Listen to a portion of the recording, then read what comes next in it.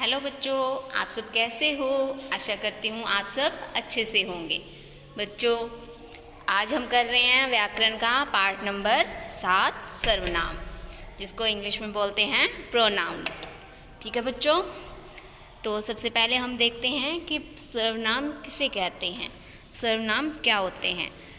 सर्वनाम बच्चों वो होते हैं जो संज्ञा के स्थान पर प्रयोग किए जाते हैं, जैसे मैं, वो, उसका, ये सारे क्या हैं, सर्वनाम हैं। ठीक है, इनकी हम परिभाषा देखते हैं। सर्वनाम क्या होते हैं। सर्वनाम शब्दों का प्रयोग वाक्य के संज्ञा शब्द, व्यक्ति, स्थान, वस्तु, प्राणी आदि के स्थान पर किया जाता है। सर्वनाम मैंने आपको पहले ही बताया बच्चों, सर्वनाम वो होते हैं जो संज्ञा के स्थान पर प्रयोग होते हैं। संज्ञा हमारे कौन से संज्ञा शब्द कौन से होते हैं, व्यक्ति का नाम, स्थान का नाम, वस्तु का नाम, किसी प्राणी का नाम, तो ये सारे क्या है, संज्ञा हैं। इनके स्थान पर जो शब्द प्रयोग किए जाते हैं उनको सर्वनाम कहते हैं। जैसे आप उदाहरण देखो, माँ ने उसका माथा छूकर देखा, तो यहाँ पे जो उसका है मतलब कि किसी भी व्यक्ति के नाम के जगह पर इसका प्रयोग किया गया है, उसका, तो ये उसका यहाँ पे क्या है, ये एक सर्वनाम है। ठीक है, दूसरा उदाहरण देखो, मैं तुम्हारे साथ चलती हूँ।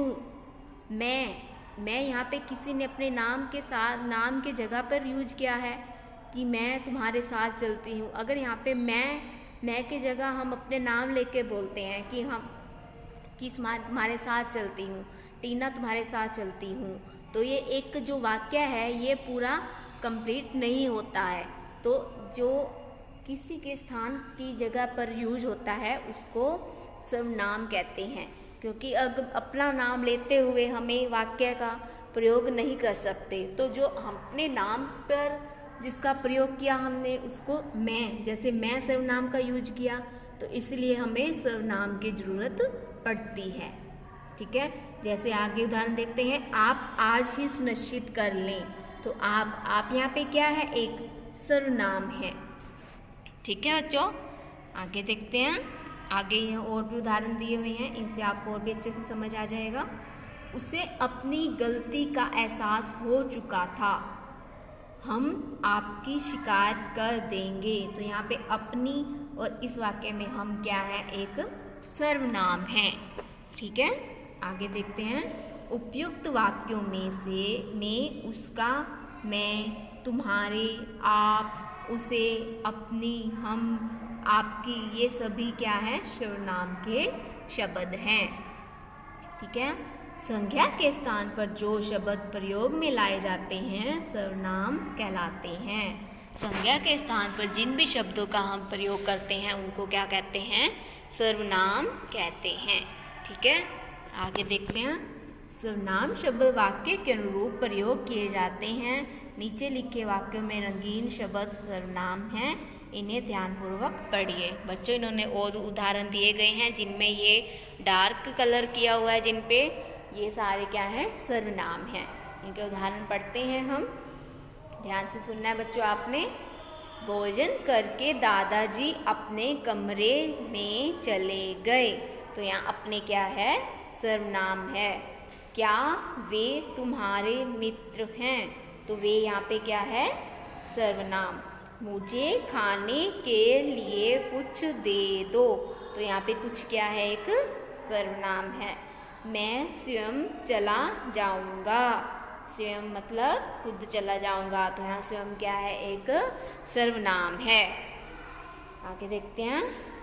तुम कहाँ जा रहे हो, वहाँ कोई रहता है, यहाँ पे तुम क्या है, सर्वनाम, वहाँ कोई क्या है, यहाँ पे सर्वनाम। ठीक है बच्चों, समझ आया सर्वनाम क्या होते हैं, जो संज्ञा के स्थान पर प्रयोग किए जाते हैं उन्हें सर्वनाम कहते हैं। ठीक है, आगे और उदाहरण दिए हैं और पढ़ते हैं। उसके काम के लिए हम सब तैयार रहते हैं, उसके यहाँ पे क्या है, सर्वनाम। ठीक है, आगे है। उसने बहुत बड़े बड़े काम किए हैं, तो यहाँ उसने क्या है, एक सर्वनाम है।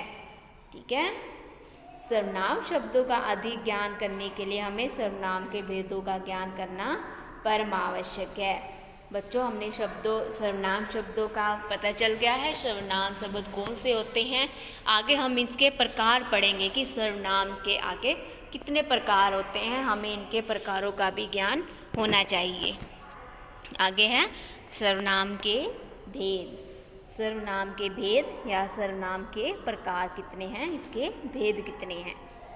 सर्वनाम के मुख्यतः 6 भेद होते हैं। सर्वनाम के कितने भेद होते हैं, 6 भेद होते हैं। सर्वनाम के ये भेद, पहला है पुरुषवाचक सर्वनाम, प्रश्नवाचक सर्वनाम, निजवाचक सर्वनाम, फिर है निश्चयवाचक सर्वनाम, अनिश्चयवाचक सर्वनाम और संबंधवाचक सर्वनाम। तो सर्वनाम के जो मुख्यतः कितने भेद होते हैं, 6 भेद होते हैं। ठीक है, पहला भेद के बारे में हम पढ़ते हैं। पहला भेद पुरुषवाचक सर्वनाम। जो शब्द बोलने वाले, सुनने वाले या किसी अन्य व्यक्ति के लिए प्रयोग में लाए जाते हैं उन्हें पुरुषवाचक सर्वनाम कहते हैं।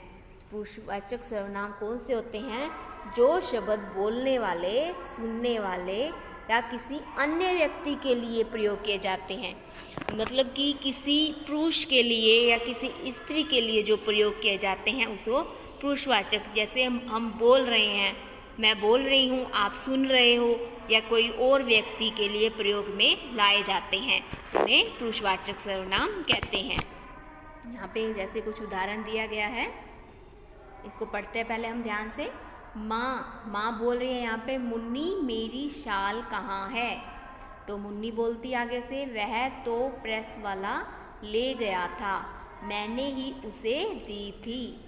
माँ, तुमने उसे कहा था कि वह उसे समय पर दे जाए। मुन्नी बोलती है, हाँ जी कहा था।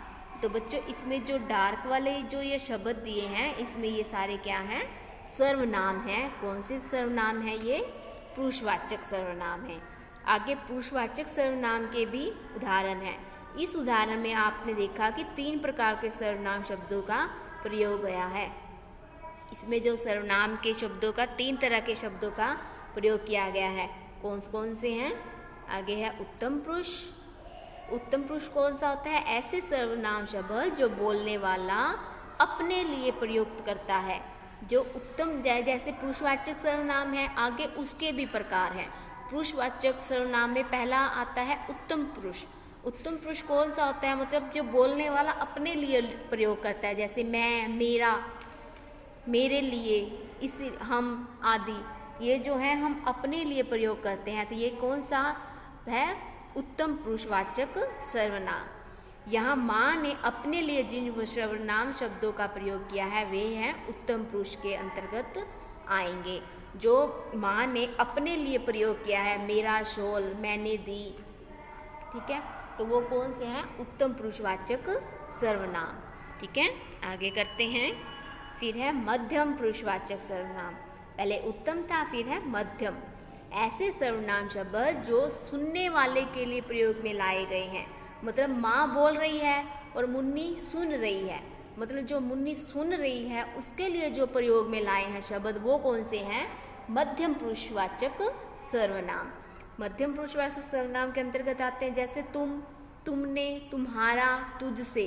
मतलब कि हमारे जो सामने वाला जो हमारी बातें सुन रहा है, जैसे मैं बोल रही हूँ और आप सुन रहे हो, तो इसका मतलब जो आप सुन रहे हो, आपके लिए जो मैंने प्रयोग कर रही हूँ वो है मध्यम पुरुषवाचक सर्वनाम। और जो मैं अपने लिए बोल रही हूँ, जैसे मैं बोल रही हूँ, तो जो मैं है वो यहाँ पे क्या है, उत्तम पुरुषवाचक सर्वनाम। समझ आया बच्चों? यहाँ जो मुन्नी के लिए प्रयुक्त शब्द हैं वो सारे कौन से हैं, सर्वनाम, जो प्रयुक्त सर्वनाम के शब्द के अंतर्गत आते हैं, मतलब मध्यम पुरुषवाचक शब्द के अंतर्गत आते हैं। ठीक है, आगे है अन्य पुरुष।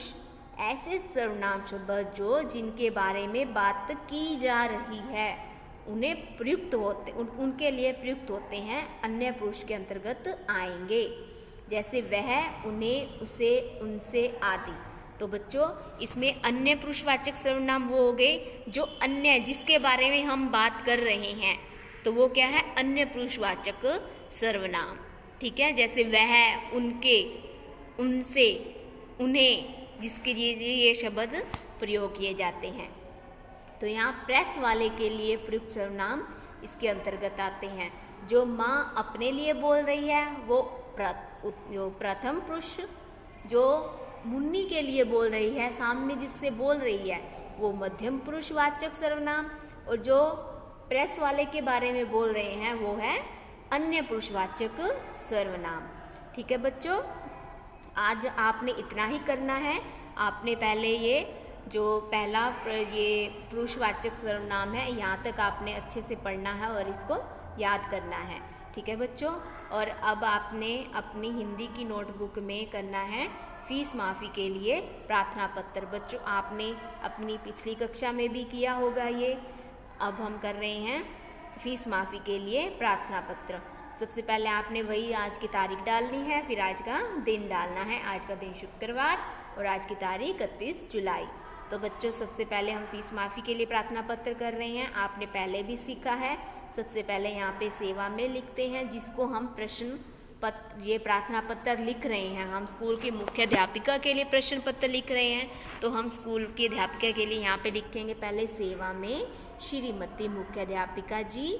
बच्चों यहाँ पे आपने कोमे लगाने नहीं बोलना है, यहाँ पे कोमा लगाना है। सेवा में लिख के यहाँ कोमा लगाना है। श्रीमती मुख्य अध्यापिका जी लिख के फिर कोमा लगाना है। फिर लिखना है DRM पब्लिक स्कूल, फिर कोमा लगाना है और फिर पानीपत। ठीक है, आगे किसको लिख रहे हैं हम? मुख्य अध्यापिका को, तो फिर लिखेंगे श्रीमती जी। श्रीमती जी के पीछे फिर कोमा लगा के फिर आके हम अपना प्रार्थना पत्र जिसके लिए हम लिख रहे हैं वो स्टार्ट करेंगे। फिर अपना पहले हम अपना परिचय देंगे कि हम कौन बोल रहे हैं, किसने पत्र लिखा है। सविनय निवेदन यह है कि मैं आपके स्कूल में 5वीं कक्षा का छात्र हूँ। बच्चों यहाँ पे अगर लड़का है तो छात्र लिखेगा, अगर लड़की है तो यहाँ पे छात्रा लिखेगी। यहाँ पे क्या आ जाएगा? आ की मात्रा आ जाएगी। ठीक है, मैं एक निर्धन विद्यार्थी हूँ, मतलब कि आपने फीस माफ़ी के लिए लिखना है तो आपने वो बताना है अपने घर की कंडीशन के बारे में कि आपके घर की कंडीशन कैसी है, जिससे मुख्य अध्यापिका को संतुष्ट करना है कि आपकी फ़ीस माफ़ करती जाए। तो यहाँ लिखना है पहले, मैं एक निर्धन विद्यार्थी हूँ, मेरे पिताजी एक मजदूर हैं, उनकी मासिक आमदनी केवल 5,000 रुपये है। इस आय से परिवार का गुजारा बहुत मुश्किल से होता है, अतः मेरे पिताजी मेरी फीस नहीं दे सकते। मुझे पढ़ने का बहुत शौक है, मैं हमेशा कक्षा में प्रथम आता हूँ, कृपया करके मेरी पूरी फीस माफ़ कर दी जाए।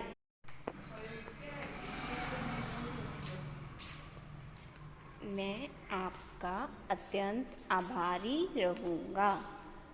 ठीक है बच्चों, फिर आपने बोलना है धन्यवाद। फिर आपने लिखना है आपका आज्ञाकारी शिष्य। आपका आज्ञाकारी शिष्य, जो यहाँ लड़का है तो शिष्य लिखेगा और लड़की है तो यहाँ पे शिष्या लिखेंगे। ठीक है, फिर आपने अपना नाम लिखना है, फिर कक्षा लिखनी है, फिर रोल नंबर लिखना है, फिर आपने तिथि डालनी है कि आज की तारीख कौन सी है। तो बच्चों आपने ये प्रार्थना पत्र अपनी हिंदी की कॉपी में बहुत अच्छे से और साफ राइटिंग में करना है। ठीक है बच्चों, अगर ये फीस माफ़ी के लिए है, अगर यहाँ पे हमने ज़रूरी काम का करना होता या बीमारी के लिए करना होता तो जो हमारा ऊपर वाला जो मैटर है वो ऐसे ही रहना था। ये हमने ऐसे ही ये वाला जो पार्ट है वो ऐसे ही लिखते हैं सारा। सेवा में श्रीमती मुख्य अध्यापिका जी, स्कूल का नाम, एड्रेस, स्कूल कहाँ पे है, श्रीमती जी। फिर ये फर्स्ट लाइन ये ऐसे ही लिखते हैं। यहाँ पे सविनय निवेदन यह है कि मैं इस कक्षा का छात्र हूँ या छात्रा हूँ। फिर आपने यहाँ लिखना है अगर आपको ज़रूरी काम है कि मुझे आज घर पर ज़रूरी काम है, मैं आज स्कूल में नहीं आ सकता, मुझे 1 दिन का अवकाश प्रदान करें, या 2 दिन का, जितने भी दिन के आपके छुट्टी लेनी है, अवकाश लेना है, उतने दिन आप इसमें लिख सकते हो। अगर बीमारी के लिए है प्रार्थना पत्र तो बीमारी के लिए आपने यही लिखना है कि मुझे आज घर पर बुखार है, मेरी आज तबीयत खराब है, मैं स्कूल नहीं आ सकता या आ सकती। ठीक है, ऐसे ही आपने ये जो प्रार्थना पत्र है ये लिखने हैं। और आपने व्याकरण का ये पाठ नंबर जो सर्वनाम का है, पाठ नंबर 7, ये भी आपने पढ़ना भी है और इसको समझना है। ठीक है, और आपकी सबसे बड़ी बात, आपने अपने घर पर ही रहना है, स्वस्थ रहना है, सुरक्षित रहना है। ठीक है, धन्यवाद।